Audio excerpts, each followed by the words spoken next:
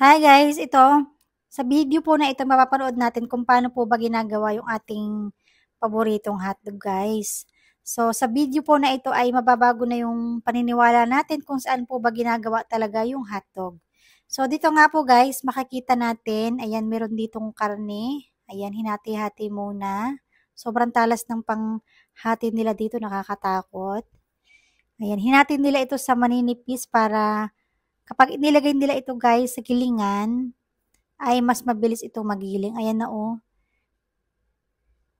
Ganun lang kabilis, nagiling na nila yung karne. Ayan. Ang ganda oh. Parang yung karne nila dito guys, may konting laman and meron din kasamang taba para hindi dry yung hotdog na gagawin nila. Pagkatapos, ayan, ilalagay nila ito dito sa parang mixer, ayan. Tapos dito na nila ito guys titimplahan, siguro ng asin, mga pampalasa. Ayan, hindi ko lang alam kung ano mga nilalagay nila dyan. Pero, ayan, nilagyan nila ito ng food coloring para may kulay yung hotdog.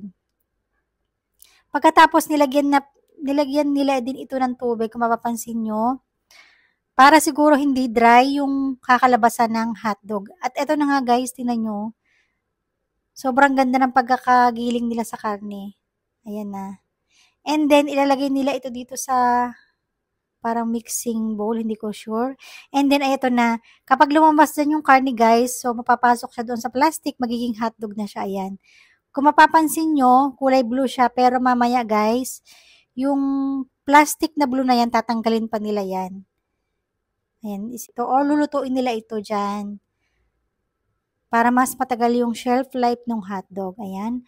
Pagkatapos, yan nila ng maraming yelo. Ayan guys, kung mapapansin nyo, natatanggal na yung mga plastic na blue, pero may natitira pa rin dyan na plastic, yung transparent, guys, na nakikita natin sa hotdog. Ayan, kung makikita nyo, sobrang dami. Ang bilis lang nilang gumawa ng hotdog. Diba? Kulay orange yung hotdog na ginawa nila. Parang sausage. Pero sa atin, diba sa Pilipinas, kulay pula yung hotdog natin. Ayan, ipapack na nila. Ayan. Yung kanilang nagawang hotdog. And then, syempre para mas matagal yung shelf life, iba-vacuum sealed nila ito, guys. Ayan.